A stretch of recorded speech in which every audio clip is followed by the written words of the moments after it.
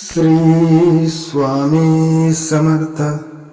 नमस्कार मित्रांनो, स्वागत आहे तुमचं आपल्या एका नवीन व्हिडिओमध्ये. आज आपण बघणार आहोत श्री स्वामी समर्थ यांचा जन्म कुठे आणि कधी झाला.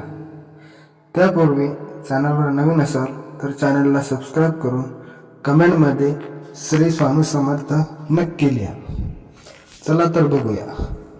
इसवी सन 1856 ते 1878 म्हणजेच 19व्या शतकात महाराष्ट्रातील अक्कलकोट येथे दत्त संप्रदायातील थोर संत होऊन गेले. स्वामींना महाराष्ट्र, कर्नाटक आणि आंध्र प्रदेशात गाणपूरचे स्वामी नरसिंह सरस्वती म्हणून ओळखले जाते, तर काही ठिकाणी त्यांना चंचल भारती आणि दिगंबर स्वामी म्हणूनही ओळखले जाते. श्रीपाद वल्लभ व नरसिंह सरस्वती यांच्या नंतर श्री दत्तात्रेय हे तिसरे पूर्णावतार आहे अशी आख्यायिका आहे. गाणगापुरातील श्री नरसिंह सरस्वती हेच श्री शैलमजवळील कर्दळी वनातून स्वामी समर्थांच्या रूपात प्रगट झाले. स्वामी समर्थांच्या मुखातून निघालेले उद्गार नरसिंह सरस्वती अवतार असल्याचे समजते. तेथून असे तू हिमाचलास गेले. इसवी सन 1856च्या सुमारास श्री स्वामी समर्थ मंगळवेढ्यातून अक्कलकोटला आले. त्यांनी गावातील खंडोबा मंदिरात मुक्काम केला.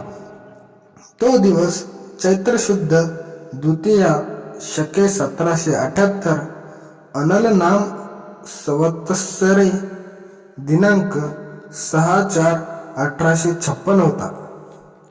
श्री नरसिंह सरस्वती यांनी गाणगापुरात पादुकांची स्थापना केल्यानंतर आंध्र प्रदेशातील श्री शैलम्य क्षेत्राजवळ कर्दळी वनात अदृश्य झाले.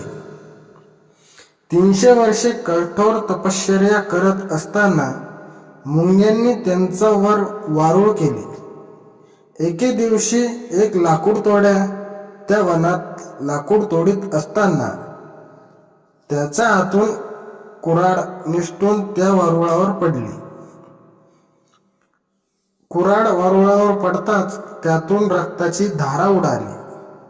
त्या क्षणात दिव्य तेज पुंजातून त्या लाकूडतोड्यासमोर एक अंजनबाहू तेजस्वी मूर्ती प्रकटली.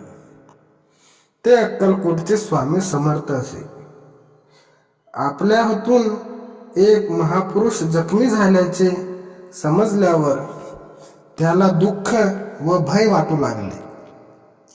त्यांनी त्या लाकूडतोड्यास अभय व आशीर्वाद देऊन गंगातीरी प्रयाण केले. इसवी सन 1856 साली स्वामींनी अक्कलकोटमध्ये अवतरले. त्यामुळे अक्कलकोट हे तीर्थक्षेत्र झाले.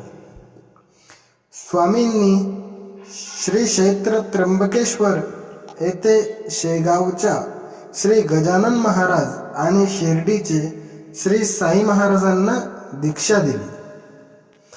तत्पश्चात स्वामी पंढरपूर, मोहोळ भ्रमण करीत सोलापुरास आले. त्यानंतर सोलापुरात आले. मंगळवेढे गावात राहून त्यांनी आपल्या लीलेने भक्तांना दुःखमुक्त केले. चोळप्पा आणि स्वामींची अनन्य भावे भक्ती आणि सेवा केली. भिवू नकोस, मी तुझ्या पाठीशी आहे असे म्हणून स्वामी सतत आपल्या पाठीशी असून आपल्याला मार्ग दाखवत असतात.